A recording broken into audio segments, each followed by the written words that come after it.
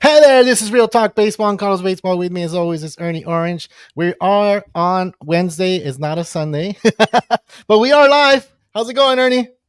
Hey, we're doing well out here. It's a nice, beautiful Wednesday day here at SoCal. We're excited to talk baseball with you guys. There's just so much to talk about right now in the game of baseball that we had to do a second episode for you guys. We have more content, and why wait till Sunday when it could be talked about just today? So come join us, hang out, make sure to ask some questions, and we're here for all baseball content.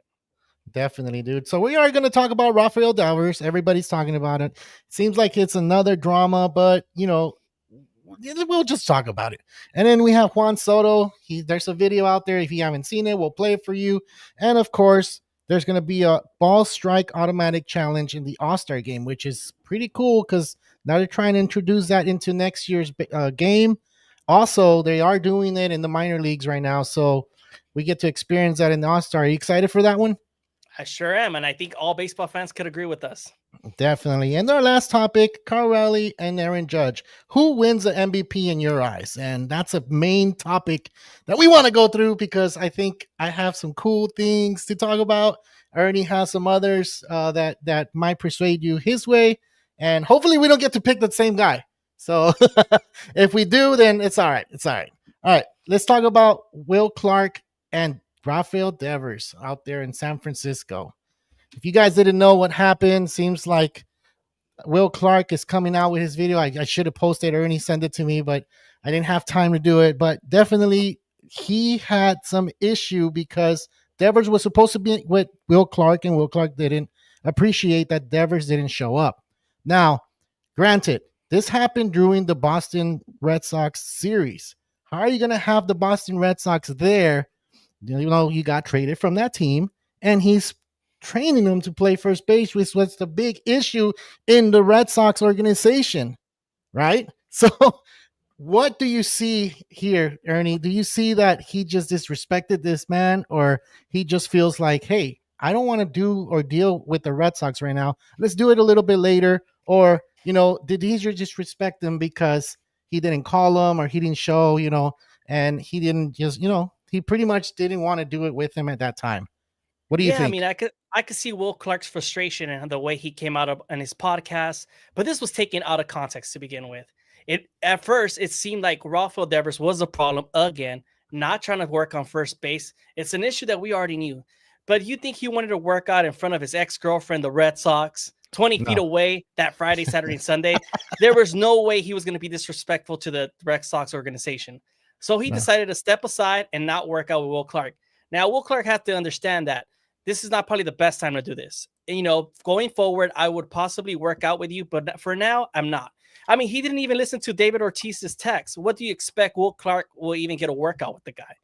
True. Rafael Devers, I mean, I know he wants to play first base, and he's told the Giants that he will play first base. And NBC Sports Network just dropped a video yesterday that he was practicing first base yesterday. So Yeah. it clearly tells you that the guy is willing to work, but possibly not in front of the Red Sox, especially after they had a pretty bad breakup. It was not the best approach. And I think Will Clark's comments came out a little bit of context. And I think we all have to understand Rafael Devers' point here. I mean, you do not want to practice in front of your old team, and then they're going to start talking crap about you once more because now you're playing with the new girlfriend at first base. Yeah, I mean, this is one of the texts that he put out there, and he did say it in the video. Next time I'm in San Francisco, your ass will be on the field at first base, even if I go to grab you by the effing back of your neck and drag you ass out there. So, by him saying things like that, you think Devers is going to want to go out to the field and practice with you? Like, it's a different era that when he played compared to how he's playing now. Like right now, you kind of be a little bit sensitive about what you say out in the field, but you understand Will Clark in his time in the 80s, 90s. This guy was talking junk mess, right? And that's the way he was on the field, saying those type of things. Now you're talking to the new class, which is the 2020s. And do you talk to players like that? I don't know, but do you agree that Devers does have a point here, or do you agree that Clark has a point because he didn't cancel either, right? Man, on this situation, I'm siding with Rafael Devers. He's in a new scenario. They already know who he is. I mean, Buster Posey traded for the guy knowing that he is a problem. but he's willing Yeah. to work with him. And Yeah. now, if Rafael Devers does not want to work first base right now, and he's like, hey, I'd rather work in the offseason for first base, it's totally understandable. Why? Because he didn't have time to work out in first. It takes time to play that position. And, right now the Giants are in the hunt of a playoff race, and they need somebody that could play really well in first base to secure that defense in first base. So you want to make sure the team is winning. And if Rafael Devers doesn't bring that winning culture to them, it's going to be a big concern, especially if he can't play defense in first. Yeah, and it's kind of suffering right now. He's batting 238, 234 with 18 hits, 2 home runs. We're used to seeing him hit more home runs than that. 9 RBIs, 5 doubles. So in 21 games, he's not doing what we know he can do, right? So I don't know. I just feel like maybe this whole thing is taken out of context. Like you said, he is practicing in first base. Will Clark just, was out there and said it in the wrong time. Like Red Sox were in town, and maybe in the future it will work out. And like you said, I think in the offseason is a better time for him to learn the position than the drawing season, because drawing season, if it happens and he makes errors, they're gonna start blaming him and start booing him out there. Do you think the Giants fans feel that this is a big issue, or they just want him to start hitting home runs like we know that he can? Yeah, I mean, I think he definitely should stick in DH for the year. I think Jamal brings up a good point in the comment section. And I feel like Will Clark's reasoning, I mean, it was a pretty bad take, man. I think he should have approached the situation a little bit better. I mean, I get what he's trying to say. He's trying to provide the next superstar in the Giant uniform to be playing first base, but he needs to take his time. You see the guy's a slow starter. He had a slow start for the Red Sox this year and then finally picked it up to an all-star caliber player. And that's who Rafael Devers is. He's taking some time to adjust in a new home, and he's going to be okay. And let's not worry about that. I think in the second half of the season, we'll be talking about how great Devers is playing. Yeah. I hope we do, because I have him on my fantasy baseball team. So only when they don't play the Dodgers, they're playing the Dodgers this weekend. I got a feeling they're going to step it up this weekend. They're going to start getting hot. The good thing is that the All-Star break happens, and then we'll see what happens from there. Anything else you want to add before we move from this Devers talk? I know we talk about him. I feel like we've been talking about him almost every show now, dude. I mean, he's been the talk of baseball all season long. From the time Alex Bregman got signed with the Red Sox, that he felt disrespected. He didn't want to play, DH. Then he became the DH. Now that you got to play first base, and now I don't want to play first base. Now I'm in a new team, and now I got an ex-Giant player calling me out. Man, the drama continues with this guy. And I think at the end of the day, Rafael Devers just wants to be drama-free, just wants to focus on baseball. And I think Will Clark is just adding more to the drama. And I think he just needs to step back a little bit, let the guy focus and finish the year strong with the Giants, because they haven't been to the playoffs in a while. And I think Rafael Devers could be that big difference that team really needs. And he should just be focused on baseball and not be worrying about what Will Clark has to say. Definitely. I agree with you. I think he just needs to continue and do what he needs to do to help the Giants win and get them into that playoff run, which is going to be interesting. The Dodgers are still leading them 5 games, 6 games. And, once that happens and he starts hitting, the Giants is going to be a team to be reckoned with. All right, let's move on to the next part of our show. And this is Juan Soto. And if you haven't seen the video, I'll go ahead and post it here so you guys can hear him say what we heard. Would you have liked to make the All-Star team? What do you think? I don't know. Some people want to take vacation. I mean, I think it's a lot of money on the table if I make it. All right, you heard it. What do you think of this? Do you see him be a little cocky? Do you see him could it be a language thing? Could it be a culture thing? Let's take it different angles, because there's just one angle right now that a lot of people are putting out there and saying that he's just in it for the money. He's not there for the legacy. He's not there for the tradition. He's more there for the money. And that's one of the things that maybe we need to look at: his background, his culture, and the way he is. So what do you think about this? Oh, man, this is an interesting situation. I think Juan Soto was just definitely trolling the media this weekend. I think he knew what he was doing. He knew they were going to ask him this question about being an all-star snub. He said, what do you think? Sure, I would want to be there for the money, right? He was just trolling. He does not need the money. We all know that he's the highest paid player in baseball, earning $47 million this year. I'm sorry, that bonus is probably going to be as close as to 100 to 200K just to play the All-Star game. Is that going to really be beneficial for him? Not really. He was just doing a great job at being a villain that he really wants to be in the game of baseball. because he knows how much he's really hated for taking the money over staying for the Yankees. So he just took the approach of, you know what? I'm here for the money, and why not? Which I didn't really appreciate. I think he should have taken a different approach. He should have been that guy. He'd been like, you know what? I think my numbers spoke for themselves. Yes, I was off to a slow start in a new team, but this month, June, I proved that I was the best player out in the MLB, and why I should have been an all-star. That's the approach I would have had liked that Juan Soto would have taken. No, he went out the other route and wanted to be the villain guy and say, I'm just here for the money, which was crap. I feel that he continues to do this, and this is why the reason why so many people hate Juan Soto. He's always come as cocky, arrogant, and that's always showed about the money, right? What do you think? Was that the right approach of Juan Soto? Look, the way that he came out saying that looked cocky, and I'm not going to defend it because I just don't like cockiness in any player or anybody in playing context. But I'm gonna take it a little different, maybe because his English is his second language, and some of the things he would say in Spanish maybe he wants to translate into English, right? And sometimes that doesn't translate well because when you say it in Spanish, it sounds playful, it sounds like I'm playing around, but when you say it in English, it doesn't translate the same way. So maybe the way he was saying is like, hey, the MLB is going to be missing out on some money if you don't have me in the All-Star game. Why? Because everybody's out there trying to get Juan Soto or trying to see Juan Soto fail, right? Because he's the most paid player out there. Just like Ohtani, everybody wants to go see him hit a home run because he's the good guy. Like you said, Juan Soto is the villain, but he probably said it in that context. Maybe, right? I'm just saying. Now, if you put that English and you translate into Spanish, if he was to say that in Spanish, I think it'll sound more funny and it'll sound way more relaxed than what it did in English. Because for some reason, sometimes that translation to me gets lost completely, dude. So I'm agree with you. I'm just trying to give a separate angle. That's all I'm doing. That's a pretty good approach. I mean, we do know that translators are known to butchering words and messing up everything the player was really trying to say. But I think you bring up a good point about Juan Soto. The MLB will definitely lose some money if Juan Soto's not in that lineup for the All-Star game.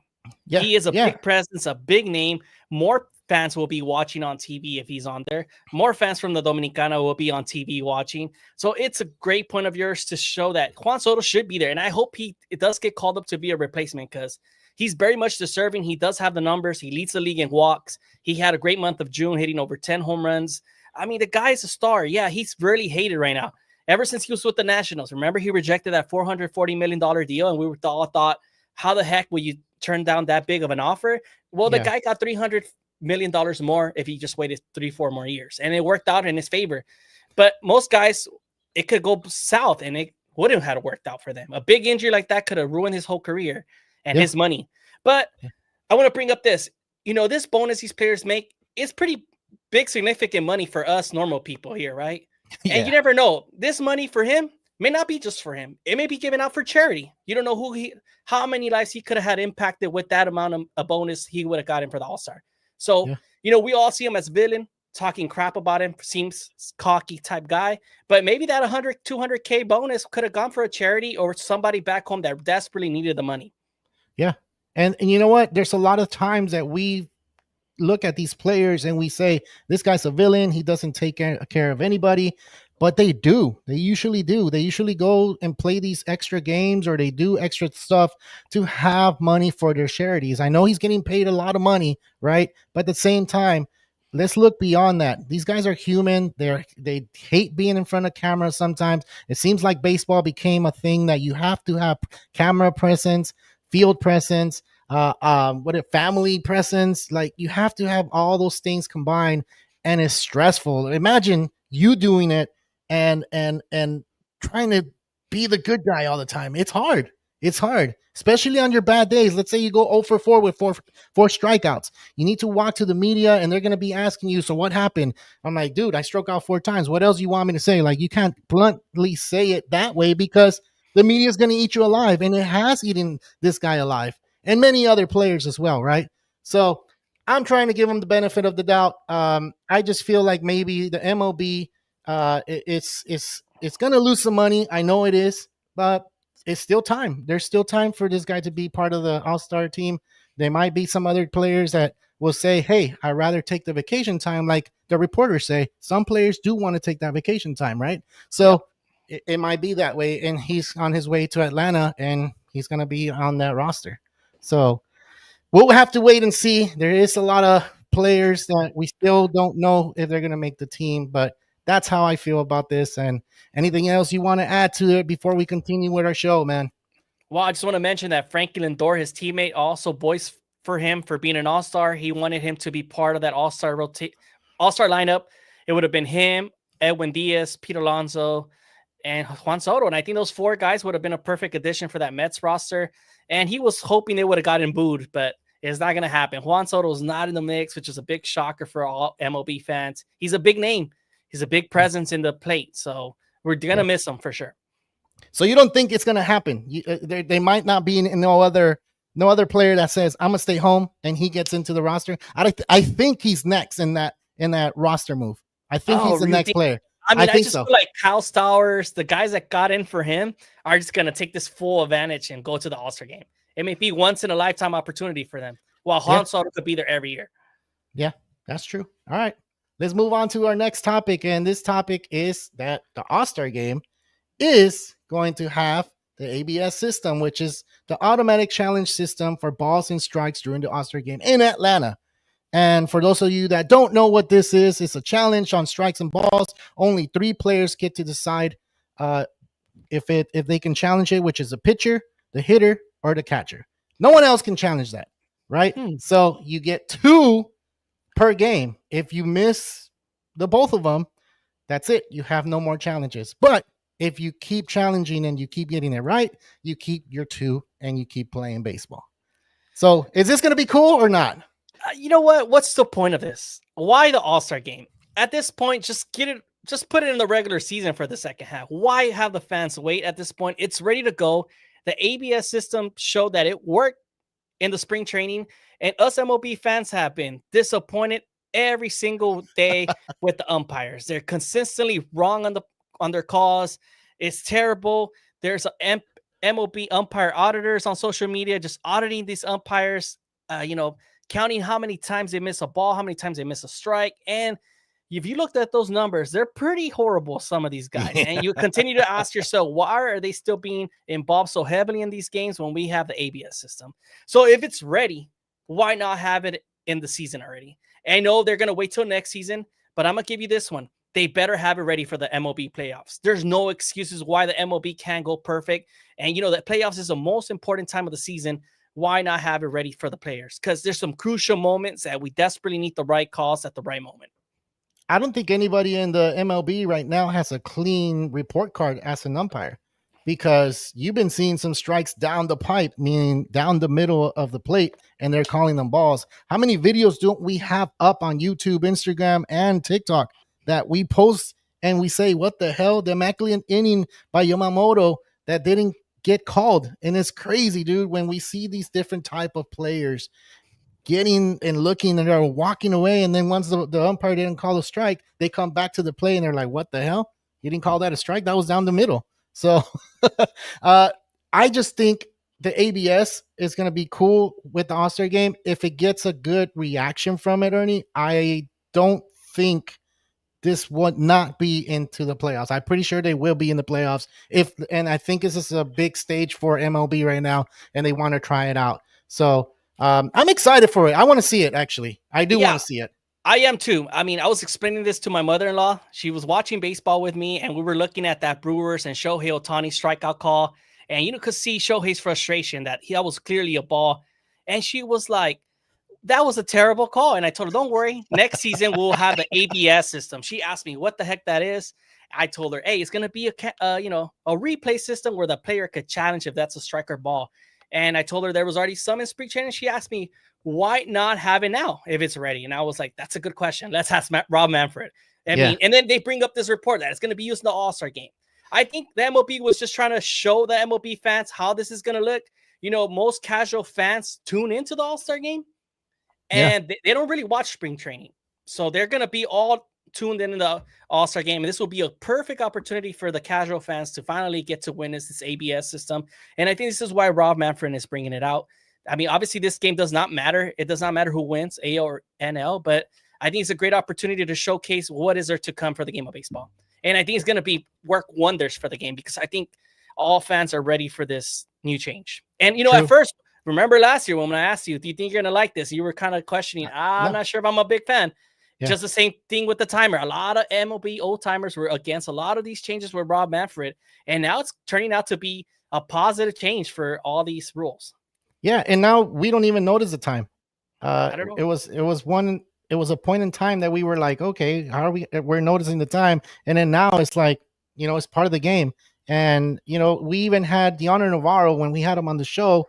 He said it's going to be a thing that we have to adjust to, because baseball is a game of adjustments, which it's going through it. And if you ask me, Rob Manfred is doing good things for the game. I know a lot of us hate him because of the piece of metal he calls the World Series trophy, but whatever, we'll leave it at that. Let's continue on. Let's talk about Kyle Raleigh and Aaron Judge. MVPs. Who do you have for the AL MVP, man? Well, I better hope you agree with me on this one. And it's going to be the 3-time MVP, Aaron Judge. I think he's going to win his 3rd MVP this season. He's won one in 22 and 24, and I think he's very much deserving of a number 3 for him this year. I know Kyle Raleigh's off to one of the greatest starts of a catcher in any history season, but I think Aaron Judge is just that important for his team. I mean, we talk time and time again how the Yankees are really Judge dependent. They really depend on his offense to get the team going. He's been the leader, the clubhouse, the captain. I mean, the guy continues to rake every year in and year out. I mean, he's at 34 home runs. He's 2 home runs shy of Kyle Raleigh. But at the end of the day, this guy is batting .360, Carlos, a batting average of .360. He leads the league in walks in the American League. I mean, his OPS is over 1.2, on-base percentage over 460. The guy continues to rake, man, and he's proven time and time again that he's the best player in this game of baseball right now offensively. While Shohei, it's the most dominant because he's a two-way player. I think Aaron Judge has proven to us that he's as clutch as it gets, and I think Kyle Raleigh's just having that one-year wonder right now. I mean, I hope he could continue, but my biggest concern with him is that now he's going to go into the home run derby, and I'm really worried that he's going to overuse his power for that home run derby and possibly win, right? And every time these guys overwork themselves at All-Star Weekend, and they hurt their chances for the home run race later. Yeah, and no, I don't agree. You don't agree? I don't agree. I don't agree, and I'm going to go ahead and use that logic that everybody uses against Ohtani. Why? Because Ohtani pitches and bats, of course, but he hasn't done it in the past year. So with that logic, you're talking about Aaron Judge. He plays the outfield and he hits. But now you're talking about a catcher hitting 36 home runs in the first half of baseball. The first half of baseball hasn't ended. He has more home runs than King Griffey Jr. in that organization in the first half of baseball. Now, he's a catcher. Dude, he needs to navigate through that pitching staff. He needs to be that guy that these pitchers can be comfortable with. This guy is not just a catcher, but he needs to listen to these pitchers whine, complain, cry. What else? Laugh. He's pretty much a therapist for these guys. So when you're a catcher and you're doing what he's doing right now, it's just totally amazing. Of course, there's a second half to it, and August is going to be a crazy month because that's the hottest month of the year. Not only is it hottest in the year, it's the dog years. And that's the way that the teams name it because it's hard to play in that month. Now, the Yankees are in second place. You're talking about the Mariners are in second place. They're 6.5 behind the Astros.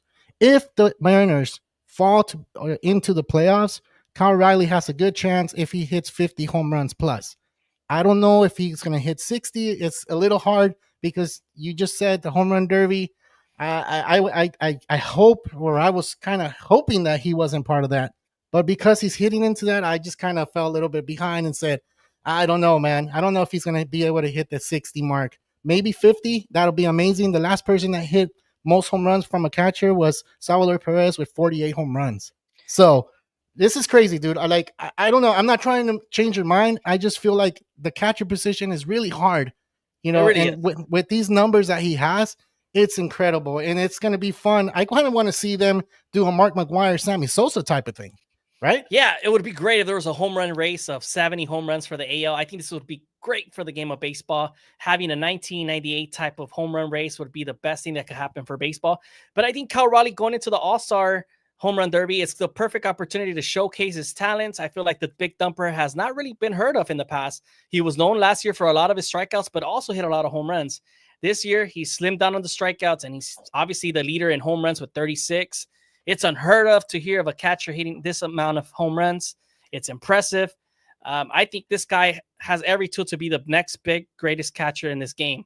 And I think him going to the Home Run Derby will showcase his talent, but I'm a bit concerned that could be a little tiring for him for the second half. It works a lot on your knees, and obviously being a catcher is a tiring position, and I hope he could get some rest days and be a DH for those days he gets the rest. Yeah, let me give you a little bit of his numbers. His batting average is 265, which is not as great as Aaron Judge is. Like you said, Aaron Judge, the Yankees are Aaron Judge dependent. You know, I don't think the Mariners are dependent on Kyle Riley, but it could be, right? Now he has 36 home runs, which he's leading, and then 76 RBIs, 9 stolen bases. Who knew a catcher can steal bases? He's doing it, right? OPS of 1.018, which is amazing, dude. So this guy is one of the players, and I'm an Aaron Judge guy, dude. I'm pretty sure a lot of people have heard me say that I'm an Aaron Judge guy. I just right now, it's just the position and how everybody has treated the MVP in the past years with Ohtani. I feel like now you have a position player, but a position player that's a rare, he's a rare freaking player. Having your catcher hit that many home runs and hit 76 RBIs, that's pretty crazy, dude. You might have heard Mike Piazza. You might have heard of, Salvador Perez. I don't even think Contreras has even hit that many home runs in the season. Exactly. Yeah, you're totally right. It's been an impressive first half season for Cal Raleigh. He's proven why he's an all-star. And you know what? If he continues, he's going to be a future MVP for sure. But I just want to throw that out there. He's been one of the main reasons why the Mariners have been in playoff contention. I feel like Julio Rodriguez has not really performed the level we expected of a superstar player like him. And I think Cal Raleigh's taken the step, playing under the shadow, and he's performed at a highest level for a catcher. So good things are happening for him right now. We just want to give a special shout out for Jamal for coming into the show. He did want to bring up a special shout out today for a new pitcher that came up for the Yankees. I'm not sure if you guys, I hope I don't butcher this name, but it's Cam Schlittler's MLB debut with the Yankees today. He went 5 and 1 innings, struck out 7 guys from the Mariners. He even struck out the big thumper. I don't know, man. Cal Raleigh struck out to a rookie, so I'm going to give the edge to Aaron Judge on this one right now. But yeah, it's a great performance by a rookie. The Yankees desperately needed a spark in their. Sorry, I messed this camera up. But, the Yankees desperately needed a spark on their pitching staff right now after losing Clark Smith and waiting on Luis Hill to come back. So they're desperately looking for some arms in the minor league system. And it's great that Cam was able to deliver for them in a big win today for the series. I did see that, and I'm like, wow, all these young cats are coming up right now, throwing heat, doing what they need to do. Like, that's amazing. And they are throwing 100 miles per hour, dude. It's just crazy to me how fast these kids are throwing. And I'm calling them kids because I'm way older than them. So, did you see Mizorowski yesterday from the Brewers? If you have not seen this guy's pitching style, man, it's incredible. He has one of the nastiest off speeds, and it's fooling all the Dodger hitters or all MLB hitters right now. Yeah. And it's pretty impressive. And I think the game continues to showcase top tier pitching talent that we've ever seen. And they're reaching 100 miles just like nothing, Carlos. It seems like it's easy to them. Okay, I got a question. Why is he not getting as much attention as Paul Skeens? Yeah, let's be honest. He struck out 12 Dodgers, dude, and his freaking slider is like 91, 92 miles per hour. That's crazy. Paul Skeens is around the same speed, and they're throwing strikes in the same area, right? So why is he not getting talked about like him? He's also in a small market, just like Paul Skeens, but I think Paul Skeens was the overall #1 pick. So he was already recognized coming out of high school. He was also dating a really popular Olympian like Livy Dunn. So that also helped him a lot. And popularity contest. Yeah. It's a popularity contest, man. I think Mizorowski will get his flowers soon and he'll be appreciated for his talent. And the Brewers just continue to develop pitching. You talk about years in the past. They've developed, Corbin Burns, Brandon Woodruff, Josh Hader. the names continue to come up. Freddie Peralta, and it just continues to be, man, impressive by this Brewers team. I would have never expected them to be second place in the wild card and even sweeping the Dodgers right now. I mean, that's an impressive feat by them. And man, this Brewer team started a rough start to the year, but they've changed it around. Pat Murphy is doing great things there, man. And even after losing Willie Adames, they found a guy like Joey Ortiz that plays really great defensively and is providing that support in the infield. Yeah. And talking about the Dodgers got swept, that's 6 in a row already. They got swept by the Astros. They got swept by the Brewers. They're going to San Francisco, and we'll see what happens in that series. But we got a little bit of time to go over the next series. And, I think we should. We have a little bit. Yeah, for sure. I mean, are you concerned with your Dodgers losing 6 in a row? I know they have a tough matchup in San Francisco this weekend. Can this struggling Dodger team find a way to succeed now? To be honest, I'm not concerned. I think they're trying to get all their players there. They're trying to get their players, pitching like they had Glasnow pitch today. And they're just waiting now for Blake Snell. So once they have him back on track and they have all their pitching staff, then now we get to see the Dodgers fully roster playing in the MLB. But for now, I don't think so. It's like any team that goes out there, they get swept and then they have their little losing streak and then they come back and they're all right. The good thing for the Dodgers is that they're going to get some rest after this All-Star break. And, it couldn't happen in any better time. If it would have happened in August and we still haven't got there yet, if it happens in August, then I'm kind of be like, oh, dang, we can't do this. We can't do this. You have to keep playing good baseball. I mean, this is a 6-game losing streak. The Dodgers haven't lost 6 games in a row since 2017. It's been a long time since that's happened. And I mean, the World Series hangover is definitely happening right now. These guys look exhausted offensively. They're just looking tired. Mookie Betts has kind of been just not the same. Freddie Freeman showcases his talent here and there. Shohei Ohtani's not been the same player ever since he started pitching now. Looks like he's working twice as hard now and kind of pressing in the plate. And in the bottom half of the lineup is hurting. I mean, Kike Hernandez went out with an injury. You got Max Muncy with that nasty knee injury that happened in third base. And in the pitching, I mean, you name it. Every bullpen guy that you could think of in the Dodgers lineup last year is not pitching right now.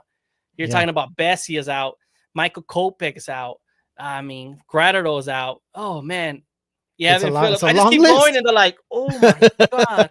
You're calling up Alexis Diaz, who was once an all-star from the Reds, had a pretty bad injury in the offseason and finally found his groove, but I'm not sure if he's going to be the answer that the Dodgers really need. So this is going to trade down. It's going to be really interesting, and a lot of teams are going to be fighting for some fresh arms for sure. Definitely. All right, let's go over the series. So you got the Dodgers at San Francisco. You have the Marlins in Baltimore, so that should be a good one. You got the Cubs and Yankees. Maybe that's a World Series preview. We get to see this weekend. We got the Rockies and Reds. We have the Mariners and Tigers. That could be another playoff matchup, and there's going to be great pitching in that one unless they're going to hold back and not let them pitch because of the All-Star game. But this is a question before I continue with the rest of the games. Do you think they're going to hold back or they're going to go all out and try to get this series? For both teams. Which teams are we talking about? I'm sorry. The Tigers and Mariners. Oh, I think the Tigers are going to definitely, showcase who they really are. They're not letting this Mariner team win. Okay, gotcha. All right, let's go. We got the next one, which is the Rays and Red Sox. And the Red Sox have been playing sneaky baseball. Told you this morning, I was looking at it, like, what? Man, they're back in the mix. So that's a good thing. And they're doing it quietly, right? Yeah. So without the Rafael Devers drama, they have a lot of young kids just playing great baseball right now. Cedrone Rafael has been the difference maker. Trevor Story's finally finding his bat. And then you got Jarren Duran, which, people are talking about trading him and stuff like that. These Red Sox teams are going to trade that guy. He's such a talent. And the amount of money you're really paying him is good deal for them. All right. Who do you got in that Rays and Red Sox? Who's taking that series? I mean, you're definitely putting me in the spot, but I'm going to give the Red Sox the edge here. I think they're finding the importance of winning right now, and I think they could finally sneak into the playoff mix by winning this series. So and Bale, go ahead. Brian Bale's, he's finding his groove again. They're going to bring in some arms back, like Patrick Sandoval. I'm sorry, I was about to call him Pablo Sandoval. Patrick Sandoval's coming back from injury. I mean, Jolito's finally found his groove, and he's pitching lights out his last 5 starts. And I think today he had a great performance too. So, I mean, they continue to dominate. I think this Red Sox team is finally finding in their mix. They finally got rid of all that drama, and they're playing free, and they're just happy. They're happy. All right, let's move on to the next one. The Mets and Royals at the Royals. You got the Rangers and the Astros, which is a big Texas series. I honestly feel like maybe the Rangers needs to step up and try to do something against Houston, or else this is it. This is where you start selling your team because they don't look good. You're right. This is a Texas showdown. I think Texas Rangers desperately needs this series to overcome a playoff run or not. They got to start, trading some players because it's not working out. Josh Young just got sent to the minors and it hasn't really worked out for them. Evan Carter's been banged up. White Langford's, inconsistent. Marcus Semien as well. Yeah. And then Corey Seager, I feel like the guy just plays hard when he wants to sometimes. Yeah. I mean, we did hear what happened where these players are not together and they're not. I will just leave it at that. That they're not playing together, but that's just the way they are. That's how they got them. That's how they want them, and that's who they are. So we got the next series. We got the Pirates and Twins, and then Paul Skeens is opening that on Friday. You got the Guardians and White Sox, Nationals and Brewers, and you have the Braves, Cardinals, D-backs, Angels, and the last, you got two more series. The Phillies, Padres, which should be another good one, playoff matchup, and then the Blue Jays and Athletics. So I was about to say Oakland. They're not Oakland, they're Athletics. So another hot team, which is the Blue Jays. Are they going to go all in on this series and try to win this series, possibly sweep? I mean, yeah, they definitely are the hottest team in baseball. They were coming off a 10-game winning streak. They did lose today to the White Sox, but they still got the series win. They've been the hottest team in baseball right now. They're looking like the AL East favorites, and they're healthy. They're performing everywhere, offensively, pitching, defensively. So I think these guys got the division right now on lock, and I think they're going to be the winners. You know why I'm wearing the White Sox hat, dude? It's crazy that you're wearing the Blue Jays. I just realized. and it's crazy because I'm just gonna wear the White Sox. They just beat the Blue Jays. They just ended their thing. I'll just wear it. And then you're wearing the Blue Jays hat. Perfect. We did not coordinate this. We did not. No, we didn't. I wear the hat for the hottest team in baseball. Yeah, see? And they're going to probably even sweep this weekend, or we'll see what happens. All right, Ernie, we didn't do the full hour, but we're doing a midweek show. We appreciate everybody that's on here. We appreciate everybody that comment. And if we didn't get to your comment, we're sorry, but we will, and we'll answer you back. Don't forget to subscribe and like the video, and don't forget to go to our other social media platforms. We do have Instagram, TikTok, Facebook, and we do have the X as well. So if you guys want to contact us, you guys can contact us in any platform. Ernie, last mentions, man. Go for it.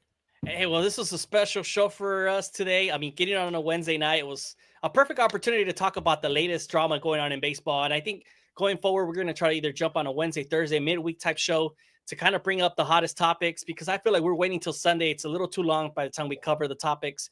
And I think it's a great opportunity to grow our channel. So I hope to see you guys here more often. Jump on the show, interact with us, hit those like and subscribe. And we really appreciate you guys jumping on every weekend and talking baseball with us. Definitely. All right. Well, from all of us here on Real Talk Baseball and CarloBaseball, this is Ernie Orange, Real Talk Baseball, signing out.